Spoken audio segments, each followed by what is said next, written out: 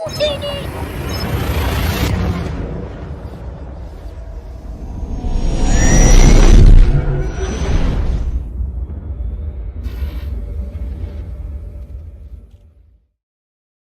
What is up, everybody? Welcome back to another Utinni Designs Workshop. This is January 15th, 2025. Man, we're already halfway through January. It's hard to believe. It's going by quick. I'm hoping to get some more videos out soon. I'm planning those, or at least getting ideas for those in order to do them. So if you have any ideas that you would like to see, please leave that in the comments, and I will take that into consideration in making new videos. So the first thing we want to do today is we're going to be engraving metal. Now we're going to be using the XTool F1 Ultra, and this was my first laser machine, and it has two lasers in it. It has a diode and a fiber laser.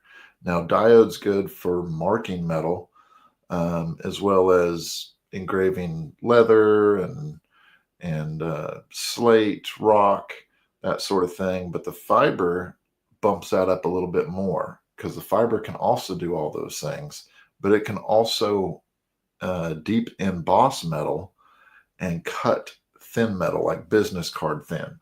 So like this thin, okay? It can actually cut that. But what's really cool about the fiber is you can get some really bright engravings with the fiber versus the diode. So we're going to be trying some of that today. And so what we're going to do is we're going to use some jigs. Now, a lot of you know that I make jigs as well, but there are some great jig makers out there. And why reinvent the wheel if somebody's already done it and it works good? So the first jig that we're going to be doing today, or using today, is by Daniel over at Alive Pixel. And let me pull up his site here. So you can go to alivepixelcreates.com and be able to purchase his jigs. He has a lot of great jigs out there. The other jig we're going to be using today is by SAMCRAFT. Many of you have seen this already. He has a lot of great jigs as well. And there's no right or wrong person to go to or shop for certain jigs. I have jigs from Daniel at Alive Pixel. I have jigs from SAMCRAFT. I have jigs from Utinni Designs. I have jigs that I've made. I have jigs from several other jig makers out there. It just kind of depends on where or what I need to do, and if I have time to create my own jig, or if there's already somebody out there that has done a good job of it. So be sure to check those out. And again, here is Daniel's, and his is the first one we're going to be using. It is a Bison River knife fixture jig, and we're going to be using it in the F1 Ultra. I'm just going to bring this up real quick. This is Daniel's site, and this is the particular jig that we're going to be using today. So as you can see, you can actually do two knives at once, or you can do one front of the knife and then flip it over and do the back of the knife as well. So that makes it really versatile. He's really done a good job with this, and it actually includes a template XCS file for your XTool F1 Ultra or your XTool F1. So it's easy to line up and everything. Now, I have not used this jig before, so I'm lining it up the way I think it should be done. Daniel, if you're watching, please don't murder me. I'm trying to do you justice, but at the same time, I'm kind of shooting off the hip here. So, but he has some great looking jigs and stuff, and you can see it's really kind of fit in there. He has it labeled. He has these registration marks that you can use to line up for different lasers and whatnot. So his jigs are very versatile in that sense. So, and they're actually pretty affordable. You can get the bundle which is the open knife and closed knife jig for $25, or you can just get the open knife jig for $16, or the closed knife jig for $12.50. So I don't have the closed knife jig. I have the actually I do. I take that back. I bought the bundle, so I got both of them. But this is the one we're going to be using today, is the open version. So let me switch you to what we're going to be looking at today. So let's go here, and hopefully this will work correctly. There we go. So this is the XCS software. And as you can see, I've already taken a background picture of the laser so we can line everything up. And Daniel's jig, let me hide some of this stuff here, normally comes, let's see if I can get it. Okay, there it is. So normally comes like this. So as you can see, there's a drawing of the bottom knife that's also replicated on the top. And that just helps you line up things with this particular type of knife. This is specific to the Bison River rescue knives, okay? I'm sure you could probably fit other knives in here if they have the same shape, but this is specifically made for these knives. And I get these knives from JDS. And there's other places you can get these knives from. They're pretty popular among the laser engraving groups. So it should be pretty easy to find them. And their prices will vary a little bit depending on where you get them. So I actually got mine from JDS. So I'm going to go ahead and turn this template back off. And what I've done is I've created some graphics here. And we're going to kind of zoom in here a little bit. And as you can see, I have kind of a pattern on this knife. I know you can't see it extremely well because it's black on black. But since this is an image, for some reason, it will not allow me, it'll allow me to move it to a different layer. But because it's an image, it won't show the color of the layer. Normally, when you have a vector image, it'll show the color.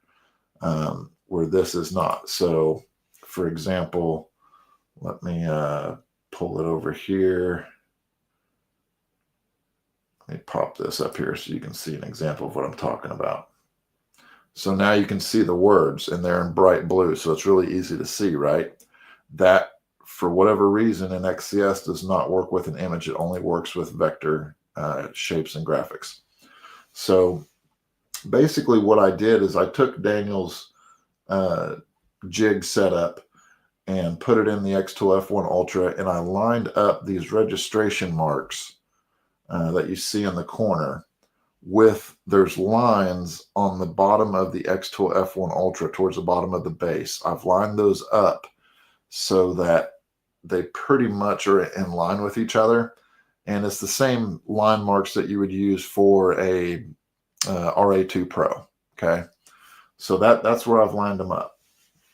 And then what I did is I came in here and I used the pen tool and I traced the blade shape in order to create a mask for this pattern.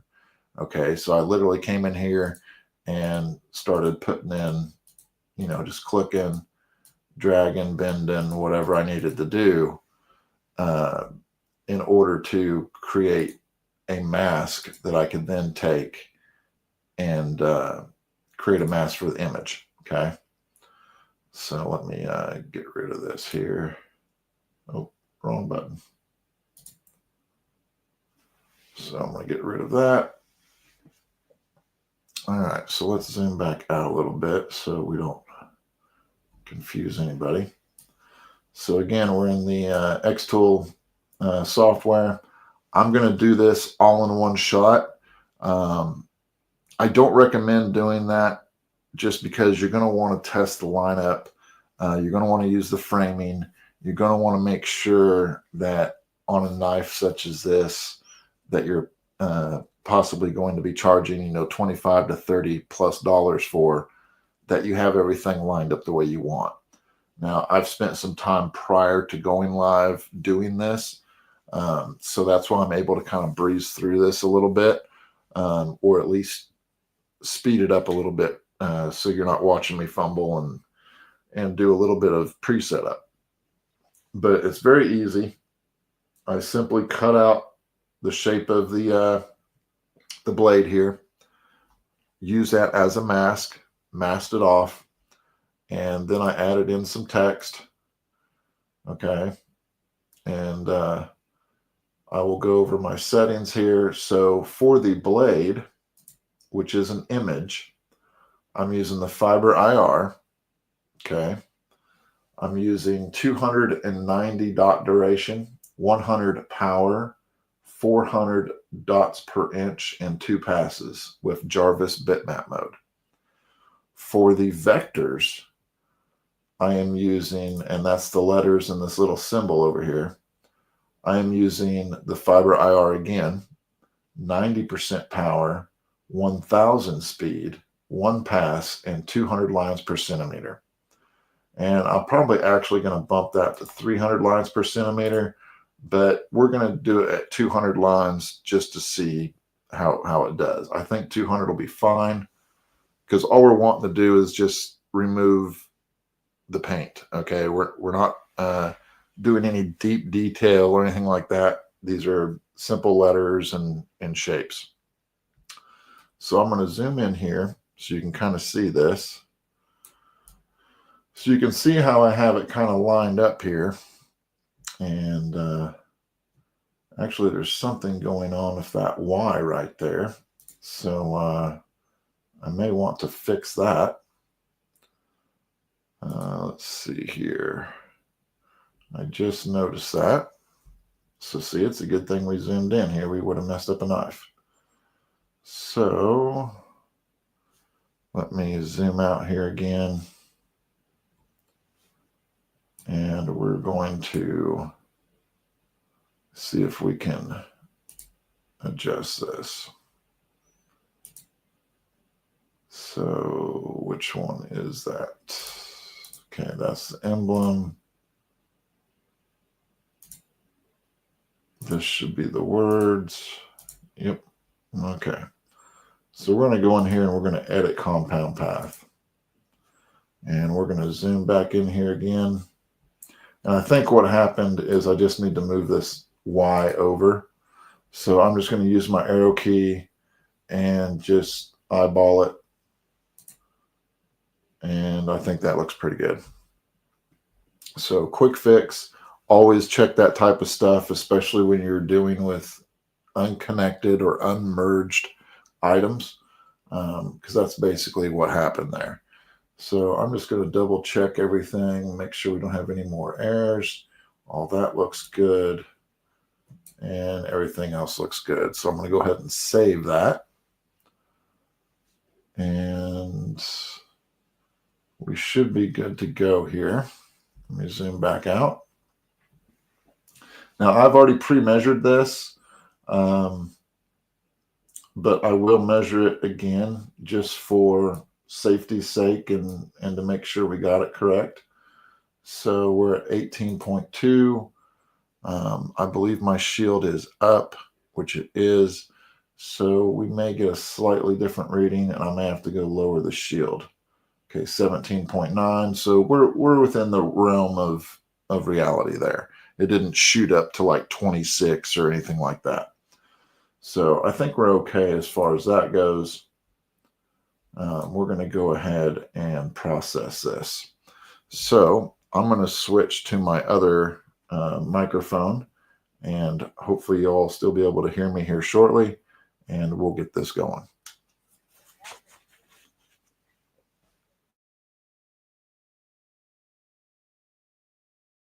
So we're going to switch the audio over. And there we go. And then we're going to switch cameras to the laser, so you can see this happen in real time. And there's how the jig is setting on the laser. You can see the little registration marks to the left and right here of the jig, and I've just matched them up with the crosshairs on the bottom of the jig. So that's how I've set it up. Daniel, if I'm wrong about doing it that way, please let me know in the comments if you see this.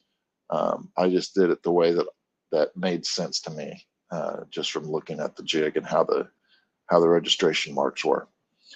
So let me go get this fired up, and we'll get some lasering going.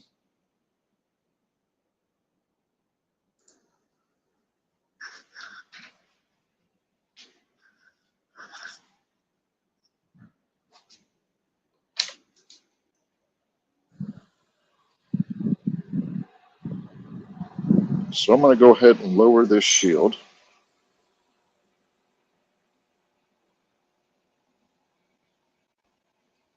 And I already have my fan on and everything, so all that's good.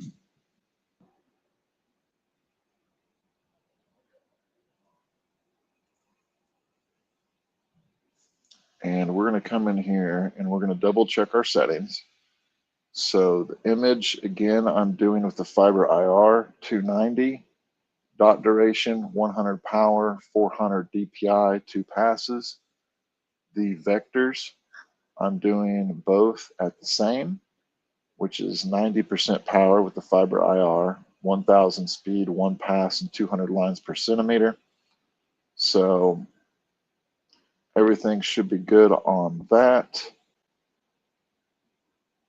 And we don't need to mess with the engraving angle or anything such as that. So I'm going to frame it all and make sure everything is copacetic. And you'll be able to see that on the camera here. So there you can kind of see where everything's going. Excuse me. It looks like maybe the letters are right on the edge of this curve right here, but I think we're going to be okay on that. So I'm just going to shoot it and do a full send, just let it eat, because I've adjusted that prior, and I think we're going to be okay. So we're going to go and make sure everything is good. We're going to go to process. This will show us what it's engraving. And I know you can't see that on the screen right at the moment, but I will show that here in just a minute. So we're going to go to start. It's going to send everything to the laser.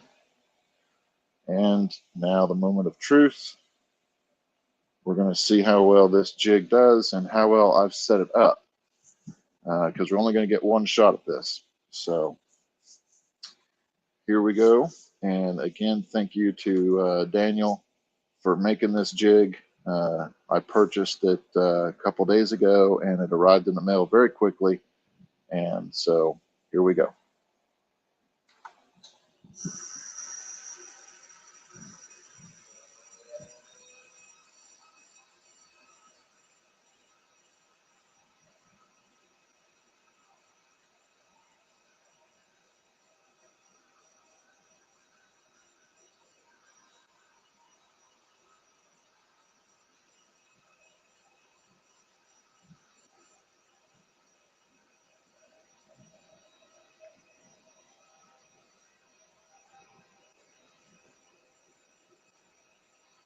So it's engraving the blade first.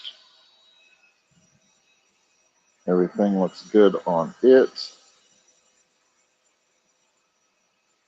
Now, because the blade does have several different elevations in it, especially where it slopes down to the serrates, it may stretch the image slightly, but I've tried to account for that by lowering the focus point just a couple millimeters. So If it was 18, I lowered it to 17.5 or 17. So hopefully that accounts for that slight gradual taper of the blade. And it looks like thus far I was correct.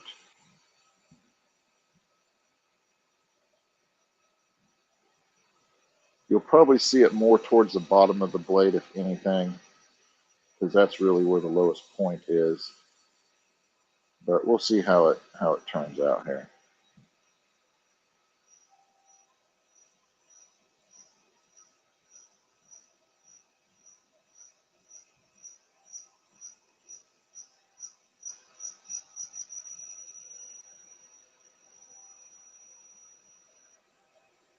Now it's doing the second pass.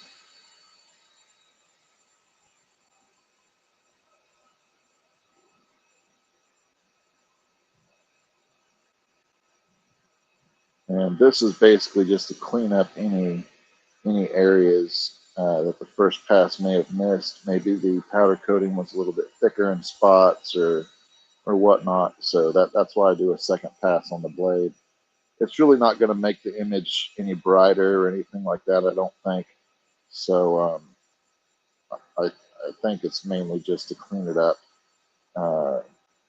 Since I am using, I believe, 200 lines per centimeter on this, because this is an image, not a vector, for the blade part.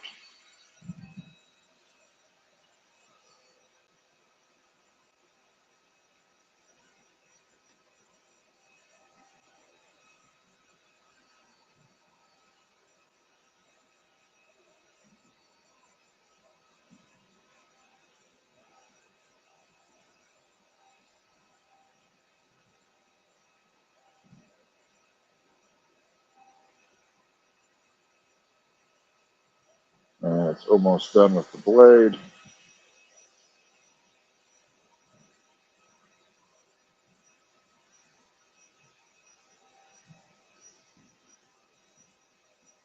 And then it'll move on to the handle, or the hilt as some call it.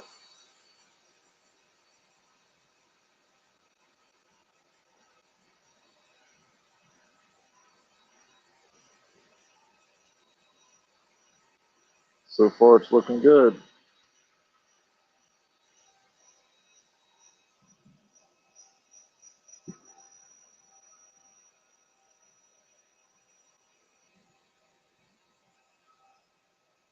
Now we're engraving the handle.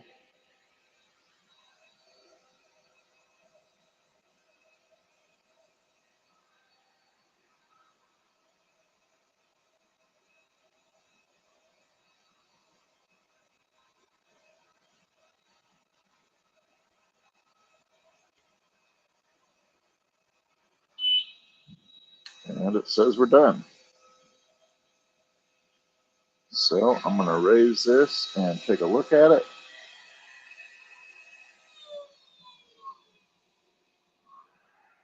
Everything looks good. The blade actually engraved kind of a goldish color, which is interesting. Could be that I'm not using enough power on the blade. So I think what I'm going to do is run the blade one more time and maybe increase the dots, the dot setting. But I think the handle turned out good.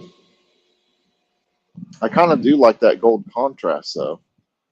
So let's turn off our words here.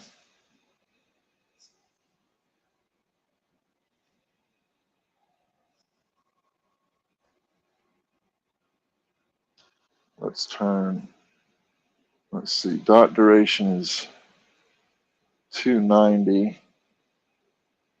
If we bump that up,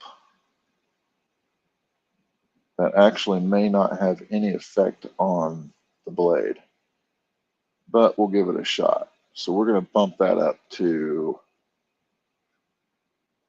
350. And we're just going to shoot the blade again, but we're just going to do one pass. And on the power, or on the DPI, we're going to drop it to, actually, we'll just leave it. And we'll go to process. I haven't moved anything. I haven't touched the knife. I haven't touched the jig. We're simply going to try to get that blade just a little bit brighter.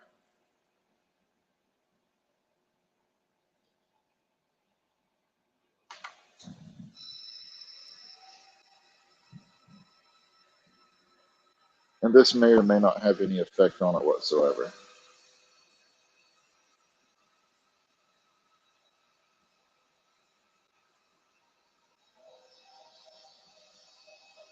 Which it doesn't look like it's having any effect. So, but we're just going to let it eat. And I'm going to move my settings back to where they were, which was 290.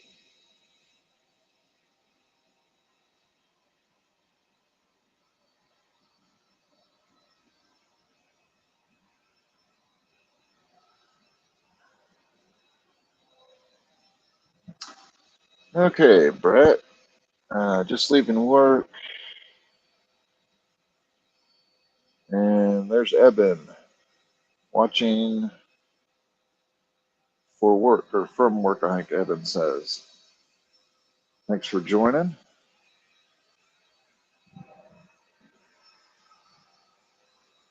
So yeah, that's definitely not making the Beskar pattern any brighter. It looks like it's keeping the same gold color on the blade. But again, that could be due to the fact that I'm using an image instead of a vector. And the reason I'm using an image instead of a vector is in XCS, you can't mask a vector. You can only mask an image. Now, I could take this into Illustrator and mask out the vector and do it that way. But I wanted to see how the image turned out on the blade. So this is almost done, and it's going to do the second pass. There we go. So now what we're going to do is we're going to keep this jig hopefully centered where it's at. And we're going to take this knife out. Make sure this isn't hot. And hopefully I don't move this jig. So I have it right where I want it. And we're going to flip this over to do the back side. Okay. And there I moved the jig.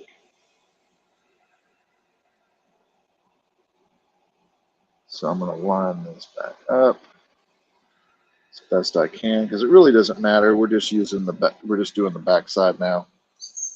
So actually I'm going to leave this up, and I will show you. Let me switch my cameras here so I can show you what I'm working with.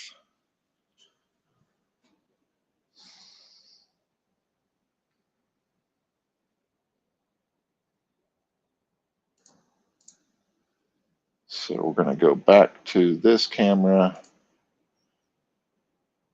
to show the software, and we're going to keep the same distance.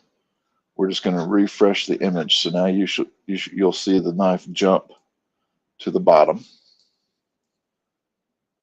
and we're going to take this same image. We're going to unlock it. We're going to copy and paste it, and then we're going to flip it horizontally. And you can see me kind of dragging it around here. I'm going to lock this one and turn it off so it doesn't engrave anymore.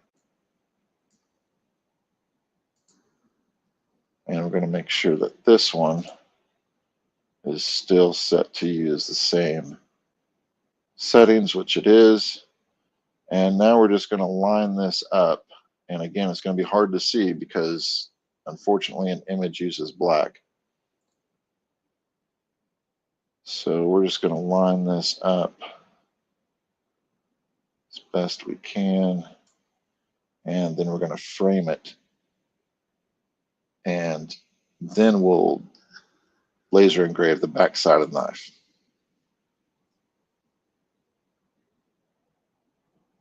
So let me go to framing. And I'm actually going to jump to the other view here.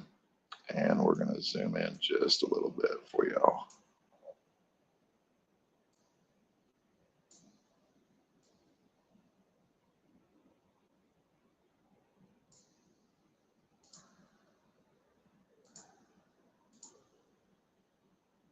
That's as far as my camera will zoom in, I think. So let me jump to the other room and we'll get this framed up.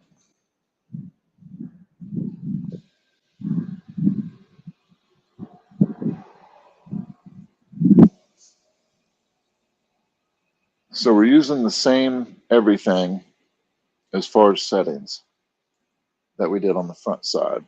I'm just going to frame this to see where it lines up at. So you can see this laser framing the area of the knife. So I think we need to, in order for this to see this better, I'm going to do this just a little bit different. I'm going to copy and paste it one more time. I'm going to lock this. And on this one, I'm going to release the mask. We're going to delete this part of it. And now you should be able to see how this kind of lines up. So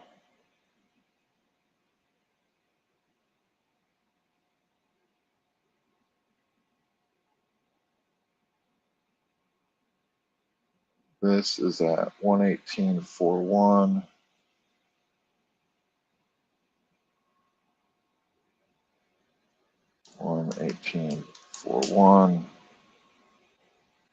And 151.3, 151.3. So if I set this to output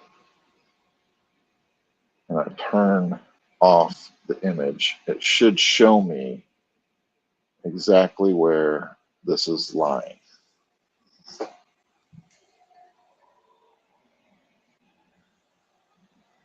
And it looks like I do need to adjust it slightly down and to the right.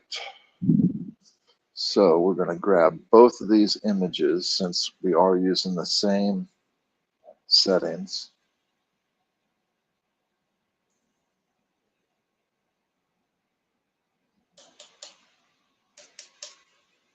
And we're just going to adjust it slightly.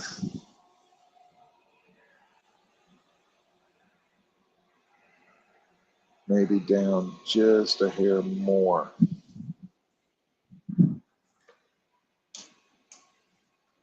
I think that'll do it. So I'm going to turn this off so we don't need it. I'm going to turn this back on, which is our pattern. We're going to stop the framing and we're going to reframe it so we can see how it's going here. That looks pretty good to me.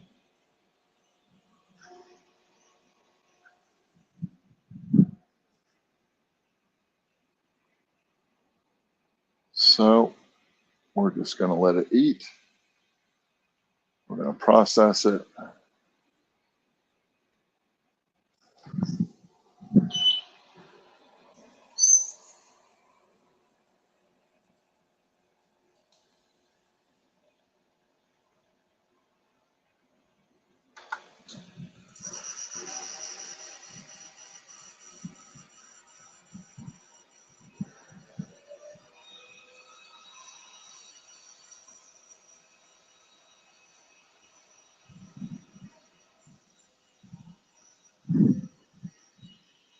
And while that's doing that,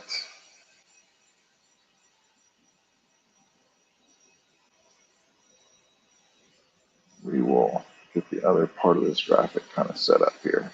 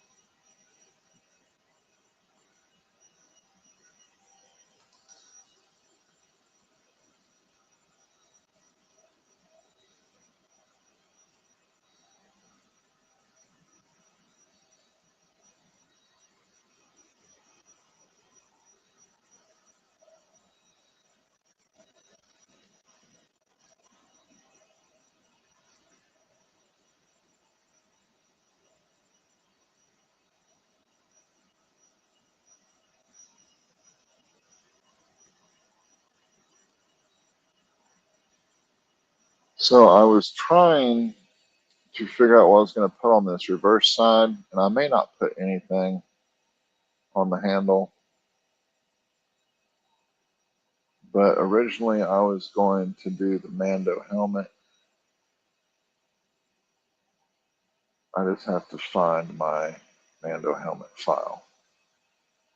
There we go. I think I found it.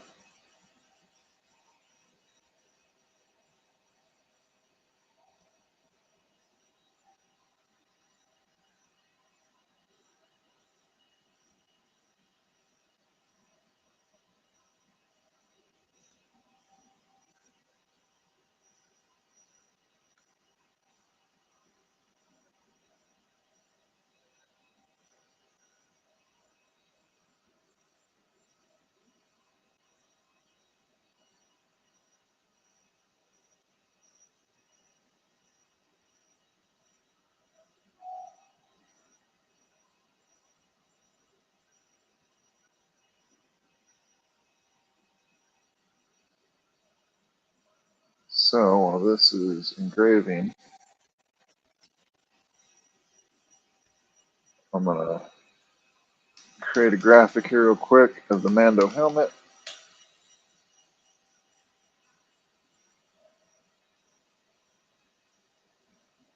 And then we will drop that in.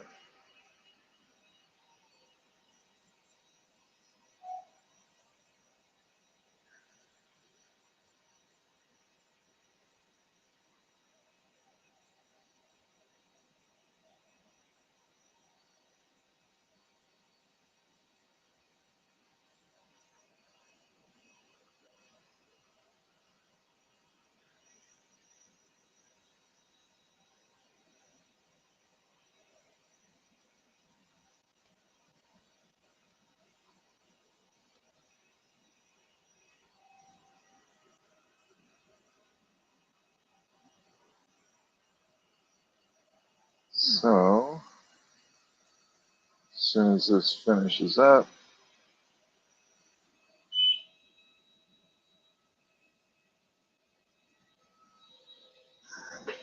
there we go.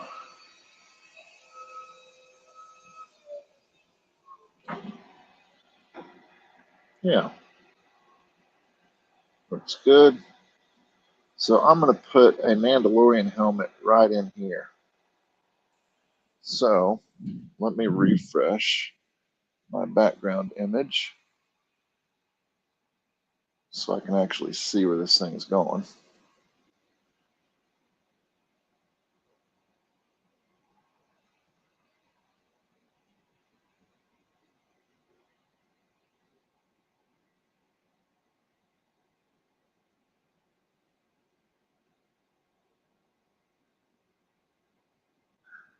And then we're going to frame it.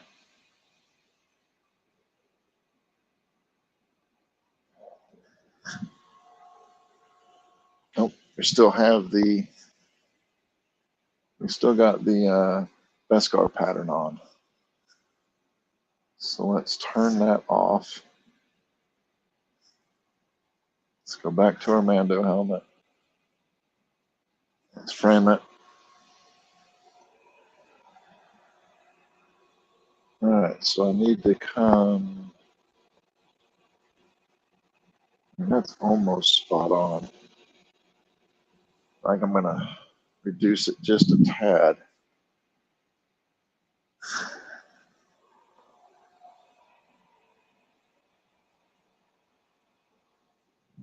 Yeah, I think I'm gonna reduce it just slightly. And move it up. And let's see where that does it. That looks better.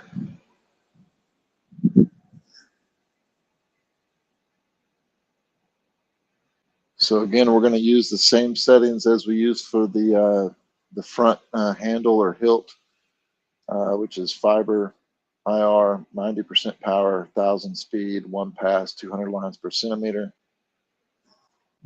We're going to click process, lower our shield.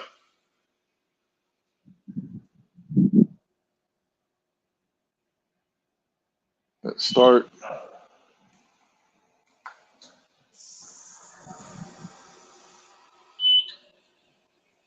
And just like that, we have a Mando helmet. So now that we're done, and I can tell that I kind of got off just a little bit on this edge here. But now that we're done, we're just going to remove it. We're going to remove the template. I'm going to take some isopropyl alcohol and put it on a microfiber and then wipe the blade just to get any residue or anything like that off of it.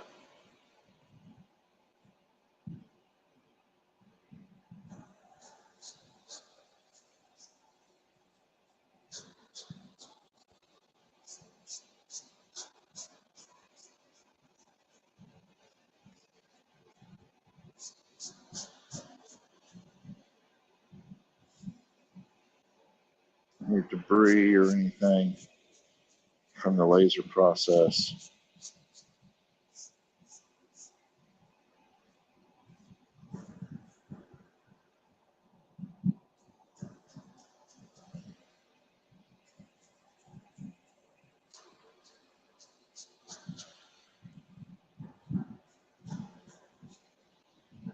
Okay, so now let me set up my next jig here.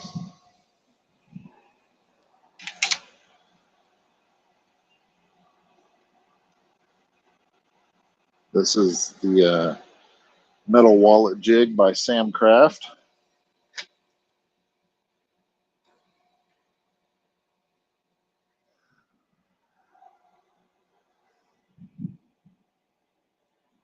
And we're going to pop in a wallet.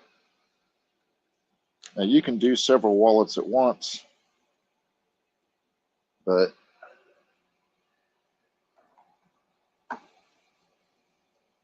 I am just going to do one wallet at a time. And let's see, we need to invert the image. There we go.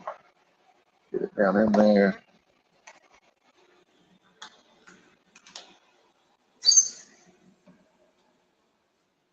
Go ahead and take a measurement.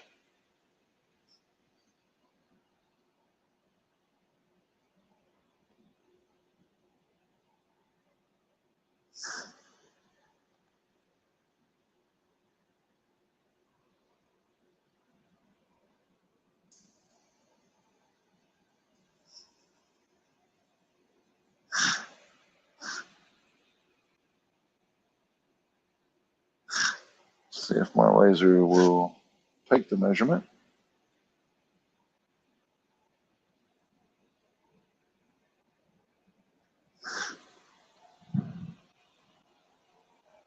Looks like it might have got stuck on the focusing process.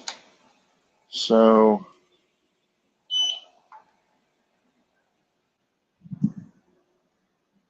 let's try this again, just to double check it.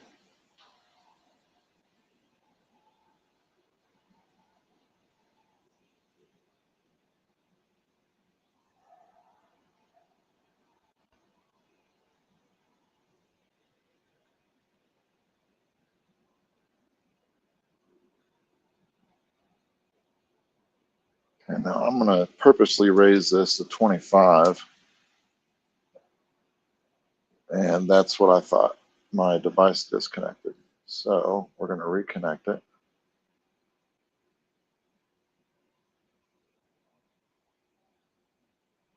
Let's hope it finds it. Which I may have inadvertently disconnected it.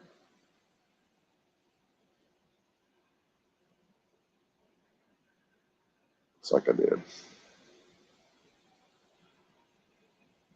All right, so we're going to connect a device.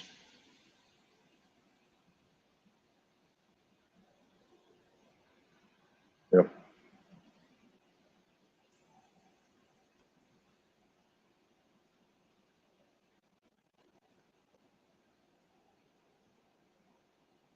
All right, so bear with me because they've changed the way this works now.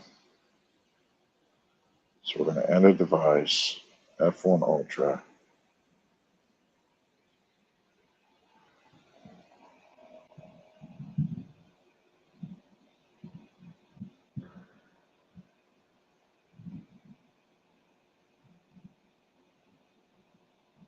So now they want me to reconnect it completely. So give me a second.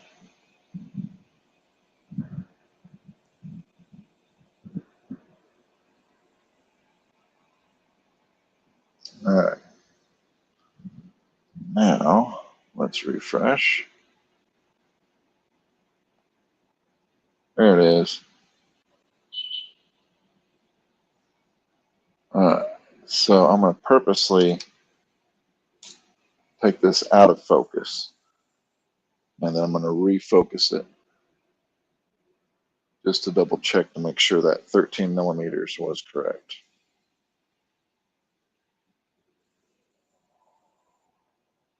And it's 12.8, so yeah, it was close enough.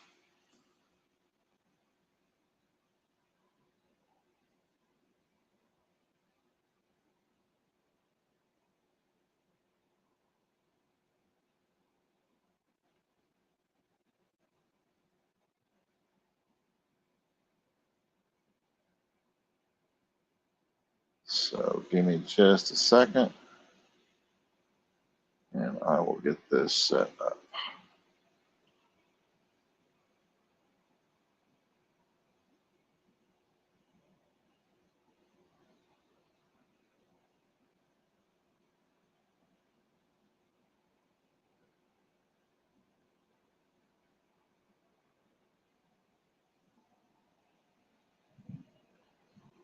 And we will take a look at this knife, this Kniffy.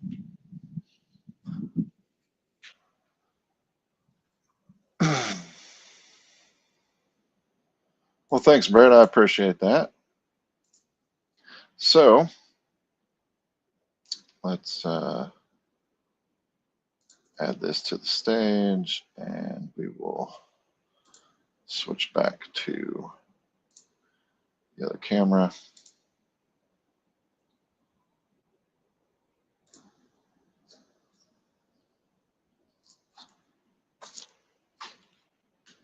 So these are the two different versions of Bison River tactical knives, or rescue knives, I guess they call them. One is all metal. You can get it in different colors with a black anodized blade, and then the other has a wood handle and a black anodized blade. So just so you know, there are options there if you want a different colored knife. So here's what we got. So let me zoom in on this, and hopefully YouTube doesn't have a hissy fit over me showing a knife. But you can see the blade did very well. See if I can get it to focus. With the Beskar pattern. And then you have the Creed, and then a Mudhorn, and then on the back side you have the Beskar, and then on the end, if my camera will focus, you have the Mando helmet. So pretty successful, pretty happy with that. So let me switch back to me. And now we'll look at this metal wallet design. So this metal wallet design is using the metal wallet jig from SAMCRAFT. Again, I'll put his link up here on the screen, and we will actually go to his website real quick.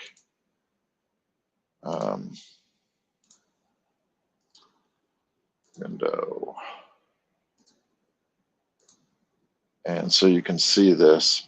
So this is a metal wallet jig designed for the XTool F1 Ultra. It's $22 plus shipping. And you can actually do 5 wallets at once, which is pretty cool. You can do the front, you can do the backs. I'm just going to be doing the front because I'm not going to take the clip off of them. But check out SAMCRAFT. He does some really cool jigs as well.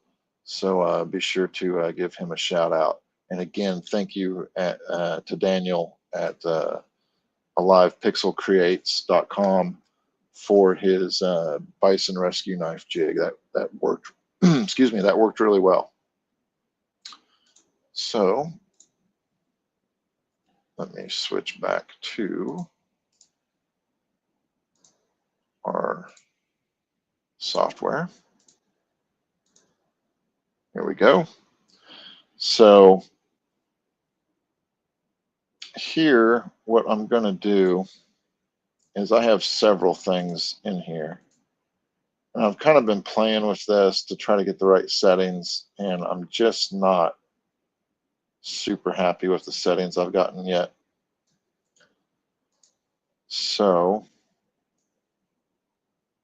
we are going to use an image instead of a vector. But I'm going to use a little bit different settings for the engraving. So we're going to turn that on. We're going to turn this part off because we're not going to use fiber. We're going to use the blue light.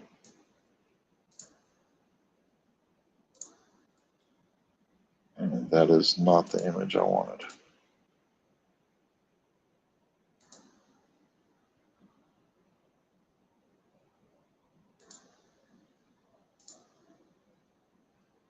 Hold on, let me find my image here.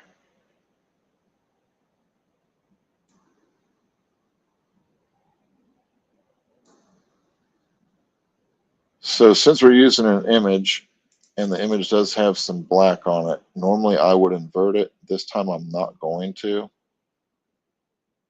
because I think it'll still give me the result I want. And this just takes some practice. Practice on metal business cards. That will give you an idea of what everything looks like before you go and destroy a wallet or a knife. So always engrave your images on metal business cards. Black metal business cards is what I use. They're cheap. It's easy to do, and you can get several tests out of one card if you size it down. So I'm going to use the black anodized aluminum for this, and we're going to go with blue light.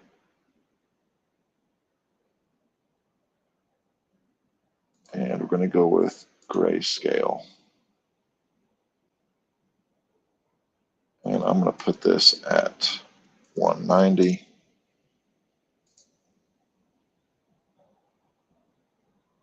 And we're going to see how this does. Because I believe my previous settings got messed up. So I'm just going to play this one off the cuff here. And if I screw up a wallet, I screw up a wallet. Actually, you know what? We're not going to screw up a wallet because we're going to do exactly what I said. We're going to take a metal business card, put it in its place,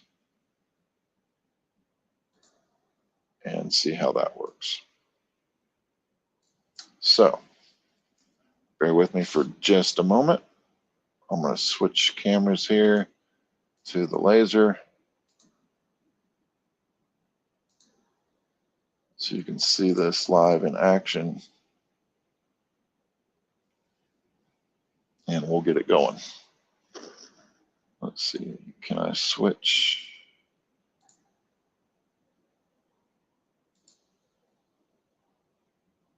Trying to see if I can switch the, yes I can't. All right, so we're going to remove that, and we'll use a metal business card first.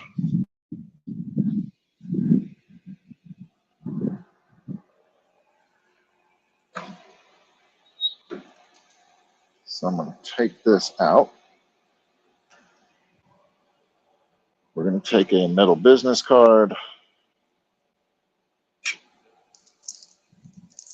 Again, you can get these in packs of 300, so it is very, very cheap. But it gives you basically the same results. So I need to remeasure.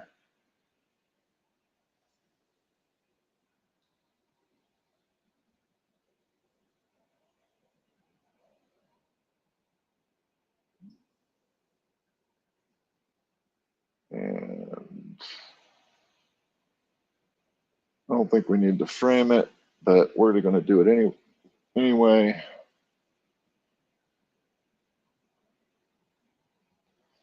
Just to line it up.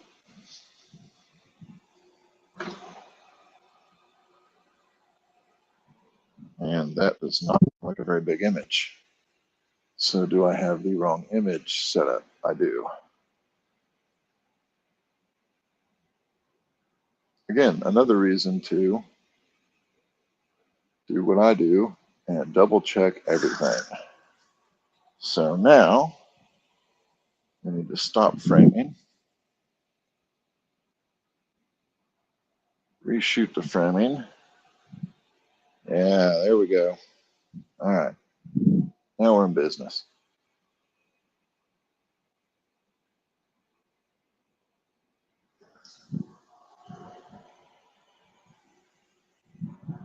That looks pretty good. So we're just going to go ahead and close that. We're going to shoot it. Process it. Start. Now, if my settings are correct, it should turn out pretty good on the business card, which means it'll turn out pretty good on the wallet.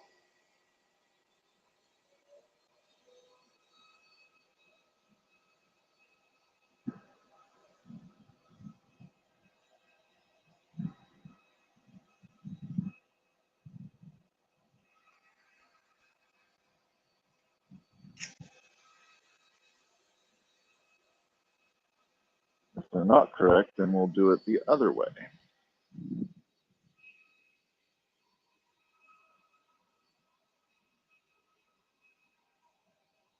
And we'll use fiber.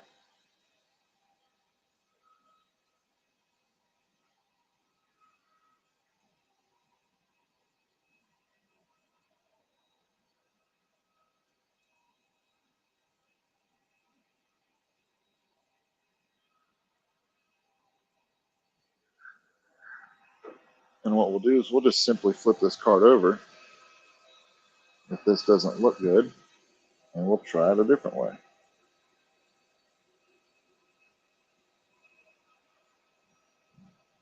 Because these business cards are literally pennies. So I ain't worried about messing up business cards.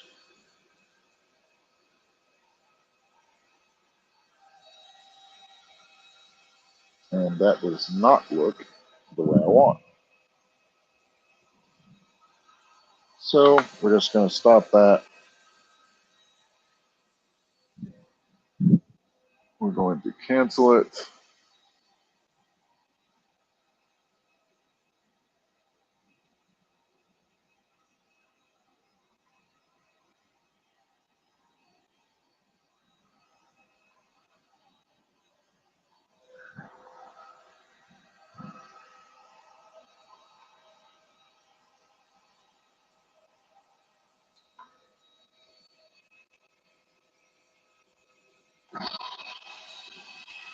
See, it's a good thing we tested. Because that looks like rabbit ass. So let's do this again. This time we're going to use the fiber instead of the blue light. Because I think I actually found my settings.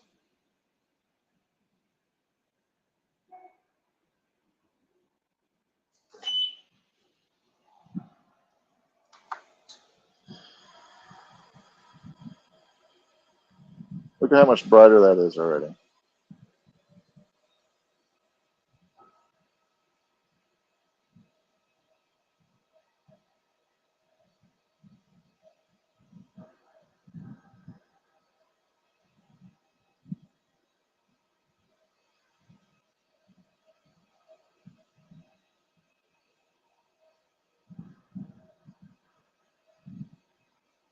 That's what I'm talking about.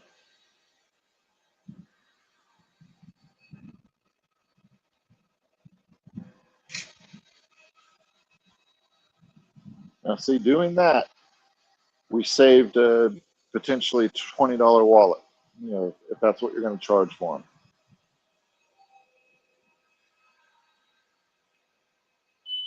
See, that looks beautiful.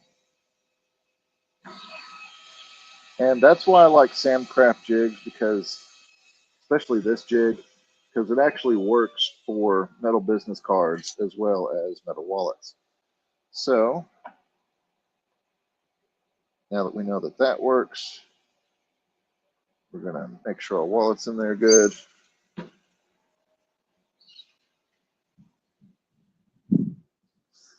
We are going to refocus because the wallet is a different height.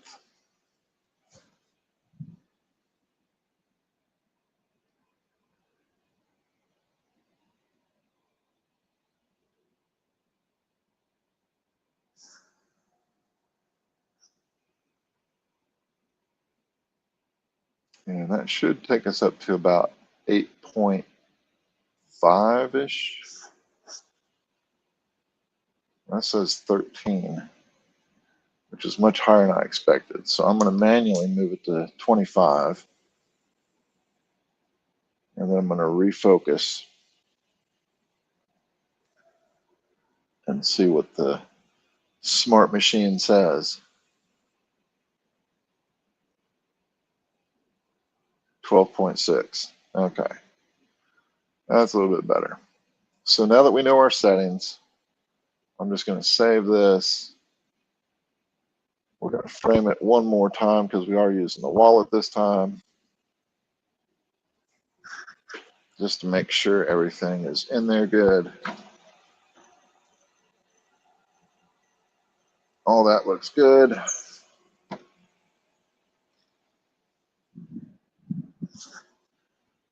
Stop framing, process it, hit start, and laser on.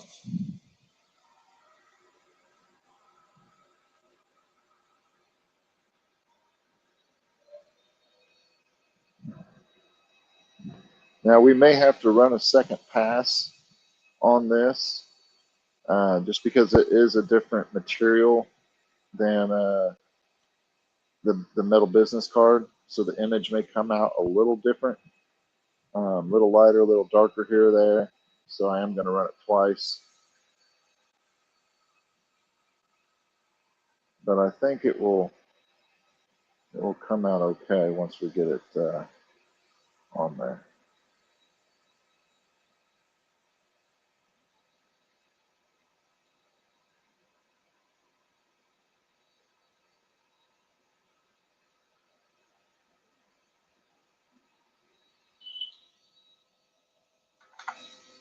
So we're going to hit it again.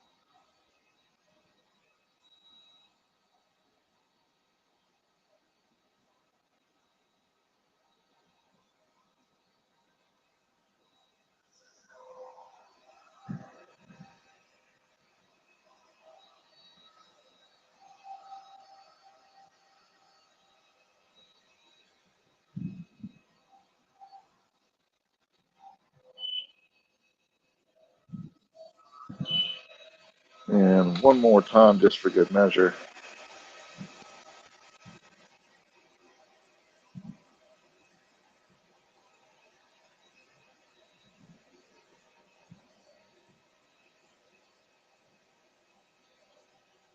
Now, because this is an image, it will show up slightly different. But when we do a vector on the wallets, I think it will be a lot punchier as far as color and everything goes.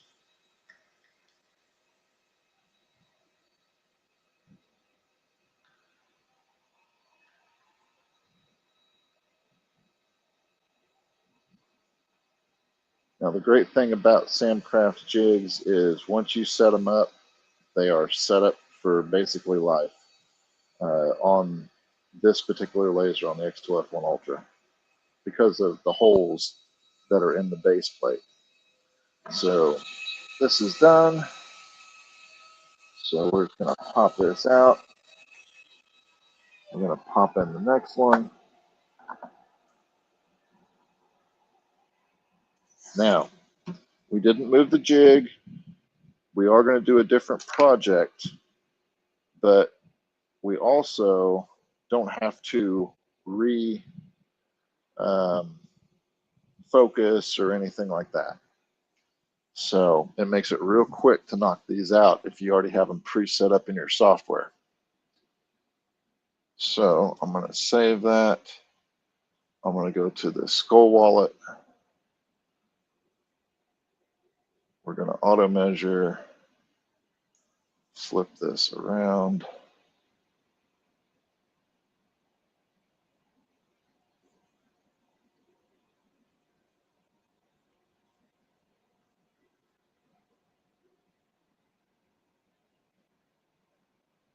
And I do wish that XDS would have a transparency feature so you could kind of see how you're lining things up, but it is what it is.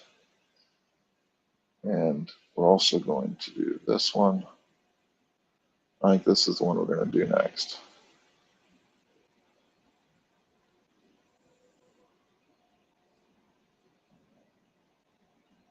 Because this is a vector.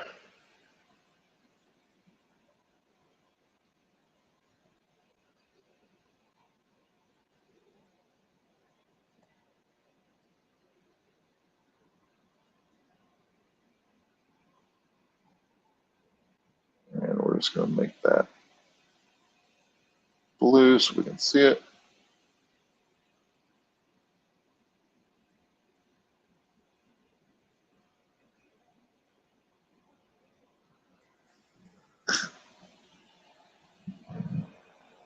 So this next one is just a grunge flag design that I created, and then I put some text in it. And this should be a much brighter engrave.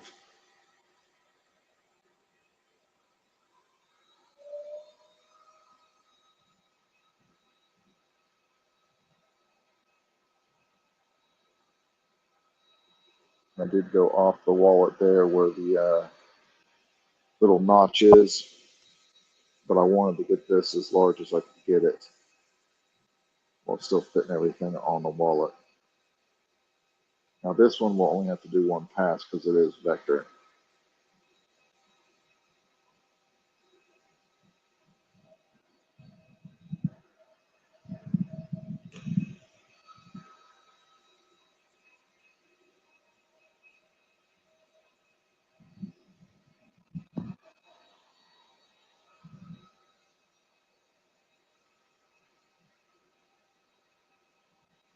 And then we'll do one more wallet, and then we'll do a flask. So we're kind of switching some things around here.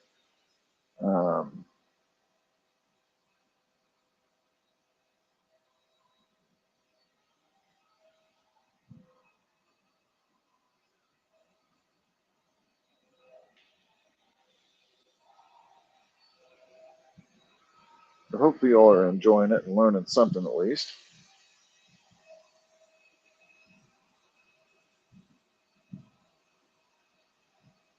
And I want to say thanks to my buddy Brett. He's the one that gave me the idea about the black metal business cards and using him as testing items in order to get the settings somewhat correct.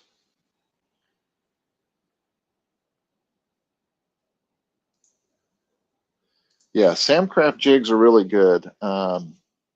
Sorry, Bert, I just saw your comment. I really like his jigs. I like Daniel's jigs from Alive Creative or Alive Pixel Creates.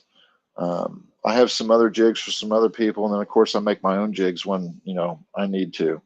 But like I said, if there's somebody out there that's made one already and they're a reputable person and they work, then just purchase them from those guys. There's plenty of jig makers out there.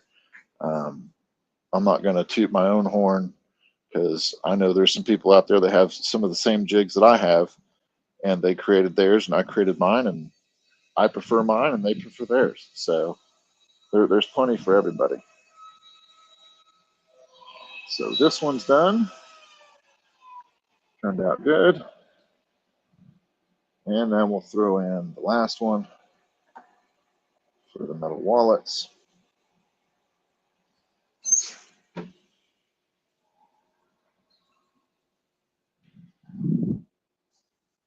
And let's see, which one do we want to do?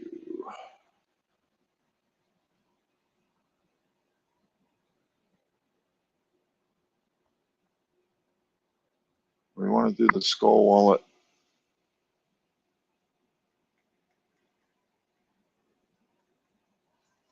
I think what I may do is actually skip that one for now, because I need to do some more testing on that before I mess up a wallet. But what I will do is I will show you the image that I'm going to put on it by testing another business card.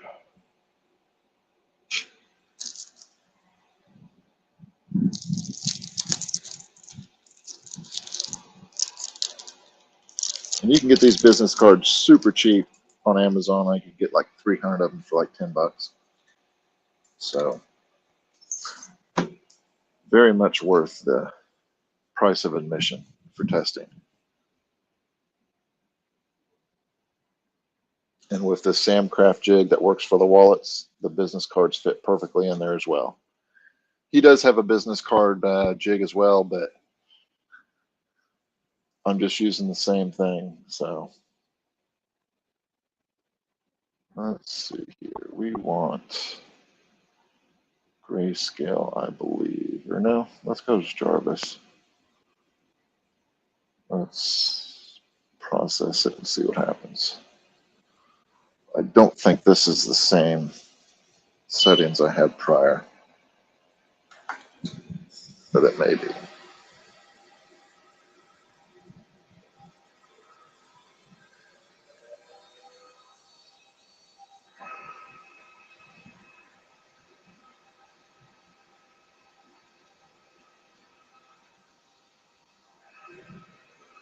Certainly doesn't look like it. Is there any questions or comments in the chat? See a little bit of conversation going on.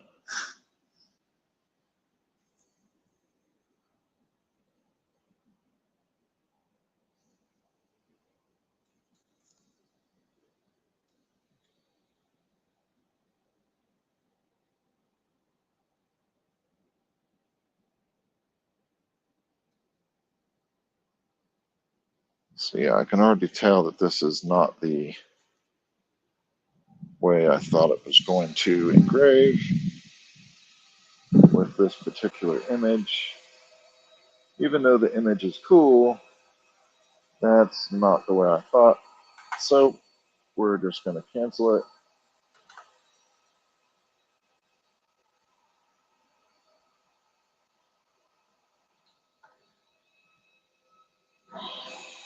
Because that is not turning out the way I thought.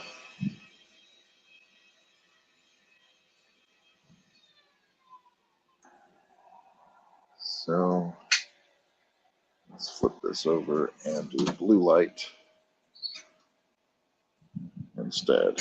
I think that'll get us where we want.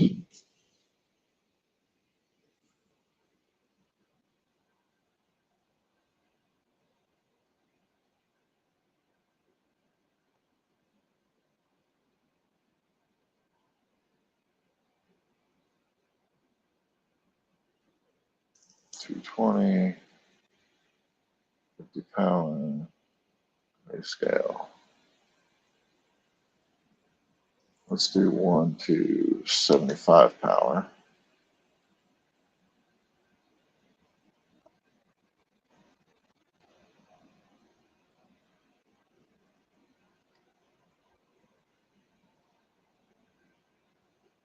And I bet you this comes out better.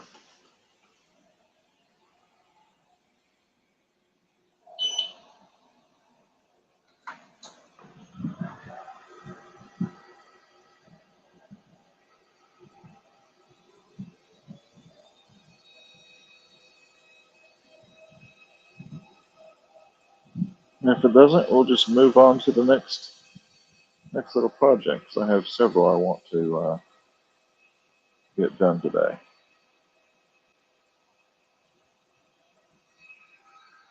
So while that's doing that, let me show you our wallets here.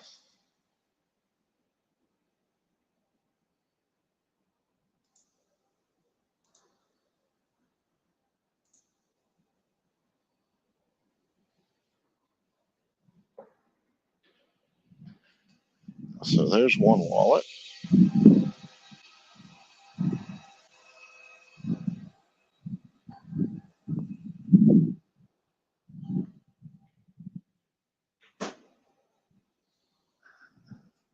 And I'll zoom in here.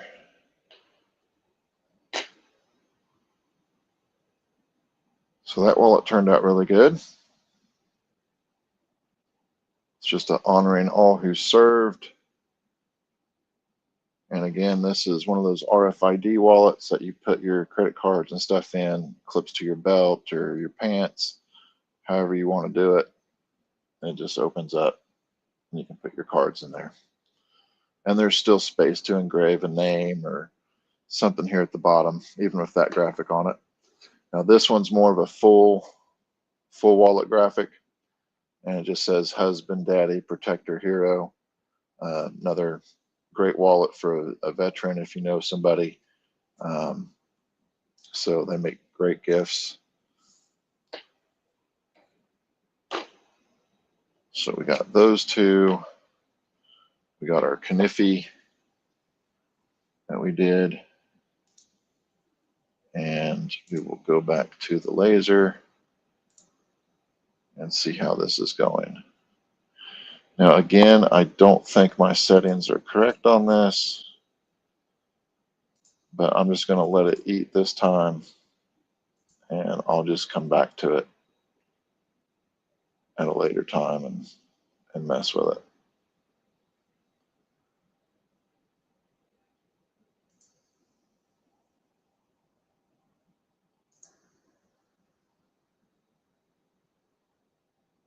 So the next and final thing that I have is a flask. Now for the flask, we're going to be using a jig that I created for the flasks. I do believe that SAMCRAFT has some flask jigs. Daniel might have some. So be sure to check them out. I will be making a flask jig as well. But mine's going to be more towards doing just the front and not the back.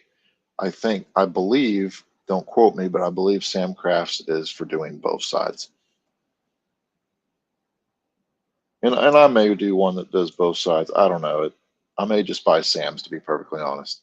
I just don't have it currently, so I can't show you how it works. So if I don't end up creating my own, I'll buy Sam's more likely. So we'll see how that goes, and I'll do a review on that when that time comes.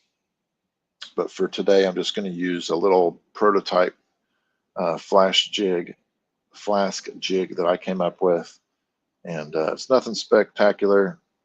You know, it is what it is. Now, one thing I just noticed, and maybe this is a happy mistake, but on this knife, and let me show you this because I think it's worth showing. So you watched me do one side and then the other. You want to know how good Daniel's jig is. Look at the top. If I can get it to focus. Bear with me here for a second. Let me move this stuff.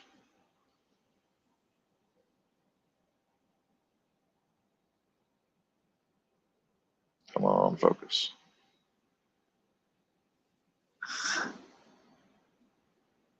Look at the top of the knife.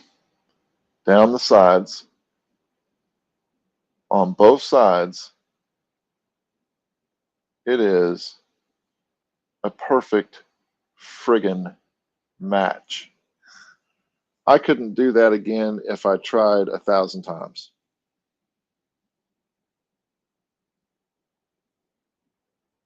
I don't know if I just got lucky or if his jig is just that tight of a tolerance,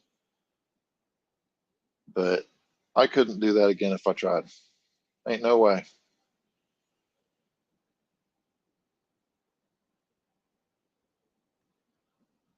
If I can get my camera to focus.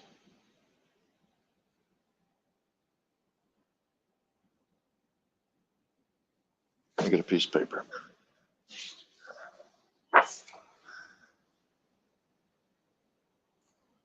Look at that on the top.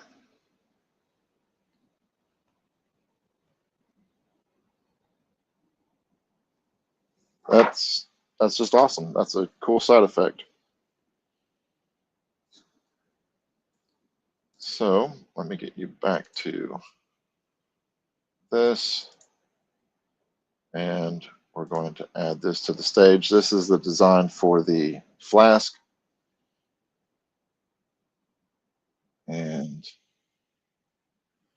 For the flask, we're just using the fiber IR at 90% power, 1,000 speed, 1 pass, 200 lines per centimeter. And actually, I'm going to bump that to 300 lines per centimeter because it is all vector. And then let's set up our jig here. So let me remove this.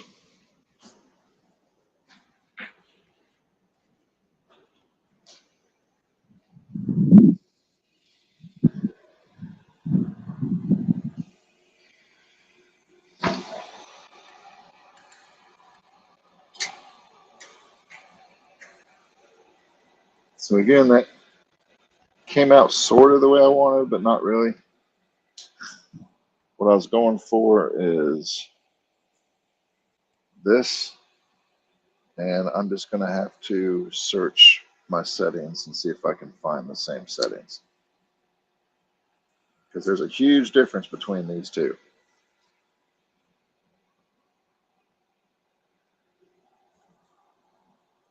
So now we'll take Sam's jig out.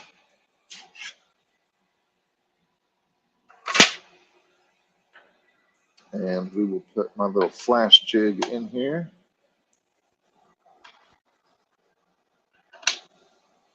And we're just going to line it up with the holes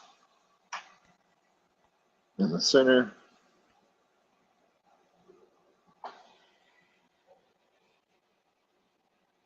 And we really don't need to put 2 screws in, but practice makes perfect. We'll loosen this one. There we go.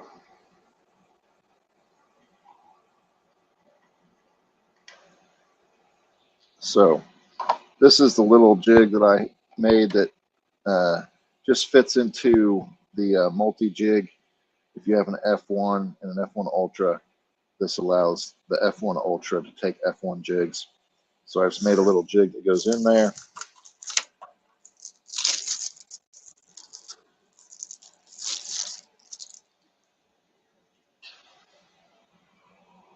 And then we'll place our flask right in here.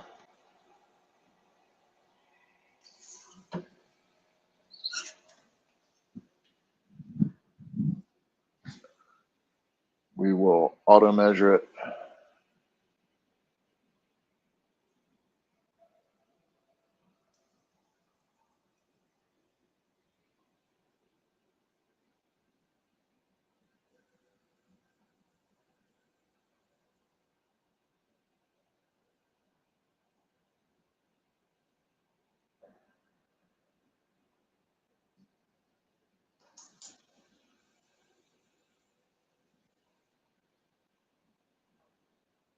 Make sure our auto measure takes. And the way I do that, excuse me, if I don't think the auto measurement is correct, then I will raise it up, and then I will drop it back down and let it auto measure again.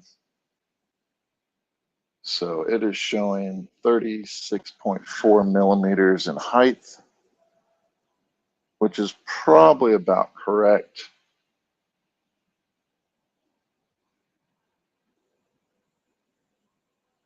So we will get this refreshed here on the camera. And I'm just going to line this up, frame it. I always do the rectangle framing first, just to kind of get it lined up and centered. And I always look at it from the front and from the side, just to get it centered.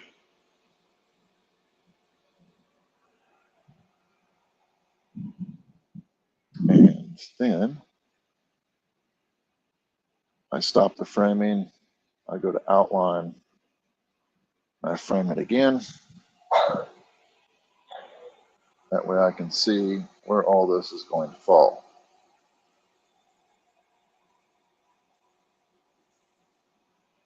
All I'm pretty happy with that.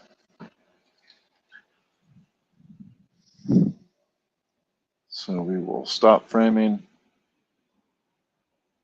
And believe it or not, we've pretty much used the same power for all the stuff we've done today on the fiber.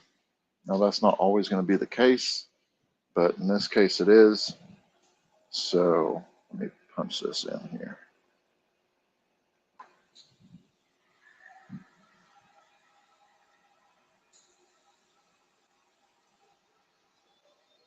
So that's lasering, and we'll get stuff going here.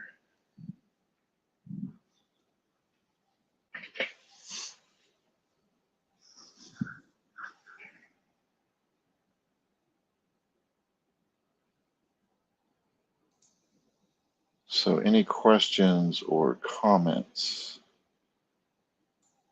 Again, we are trying to reach 1,000 subscribers, so please be sure if you like this to hit that like and subscribe button. Once you reach 1,000 subscribers, we will have a pretty cool giveaway.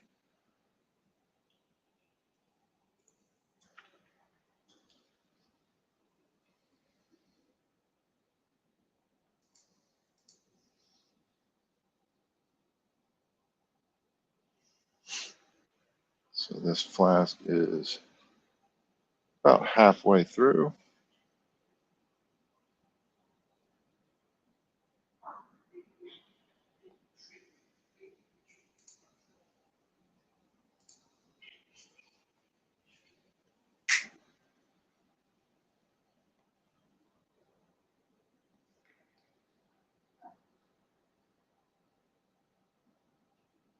And once this is done, we will review and call it a day.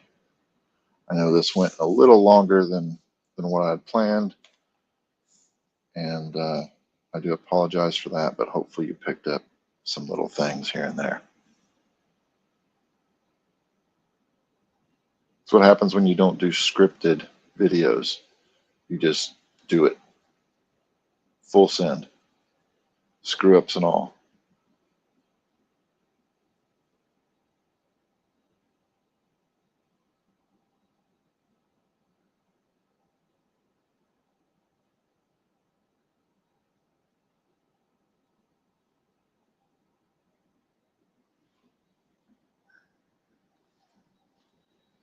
Looks like this is just about done. We'll see if we need to take it up for a second pass or not.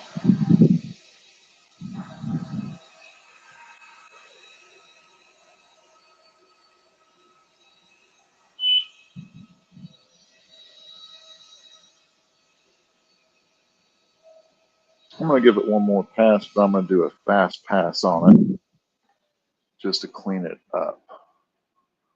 So I'm going to save this, and I'm going to bump it up to 3,000 speed, and we're just going to do a quick cleanup pass.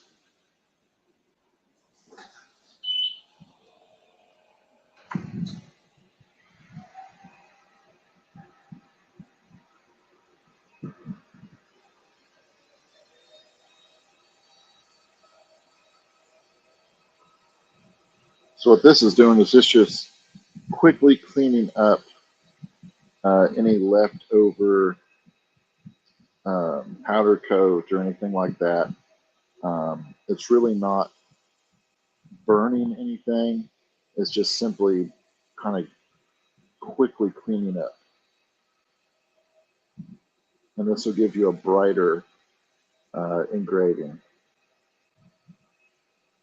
Because sometimes there's just some debris on there. You can use things like Barkeeper's Friend and that sort of thing. But in all honesty, if it's a vector graphic, pump up that speed and shoot it again, especially if the fiber.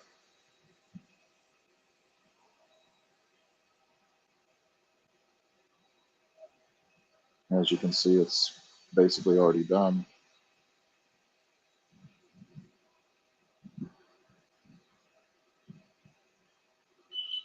Quick and easy. There we go. So we're just going to take a microfiber, wipe it.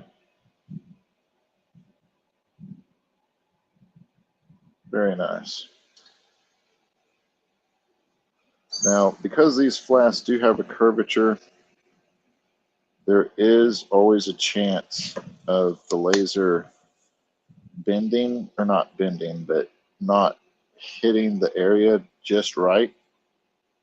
So on these flasks, depending on your design and how big the design is, you may want to use the curved surface function that was introduced to the F1 Ultra and the P2S. I think the S1 maybe. But that'll help alleviate any of that, because the laser will actually map the surface of the flask to calculate for the curve offset.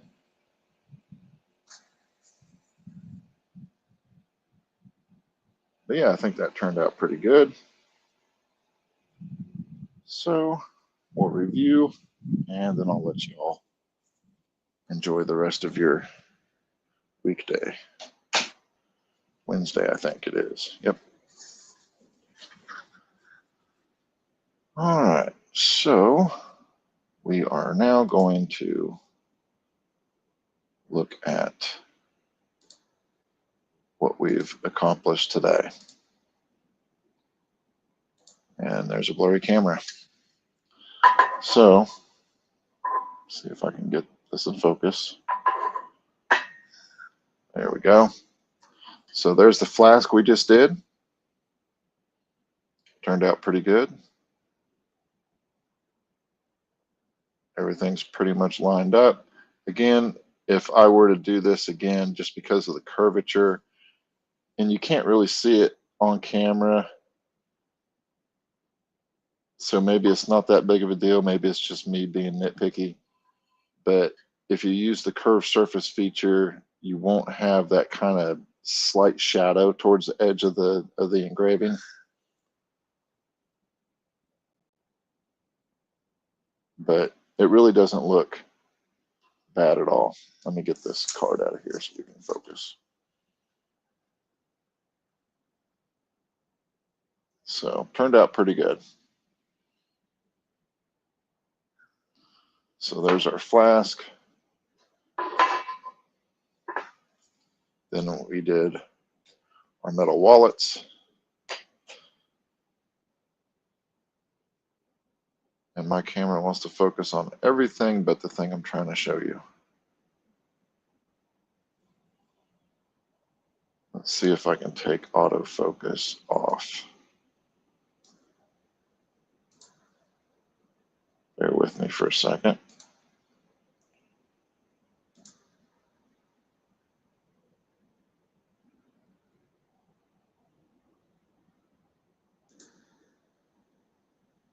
There we go. So there's that one. There's this one. Both of those turned out really nice. Really happy with those. And then, of course, the knife. We did the blade first, and then we did the handle or the hilt.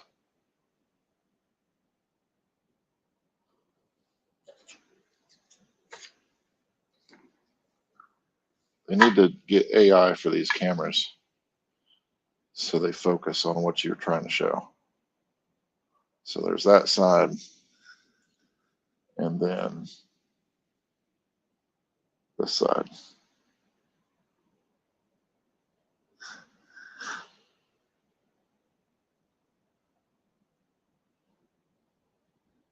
No, it's not going to focus.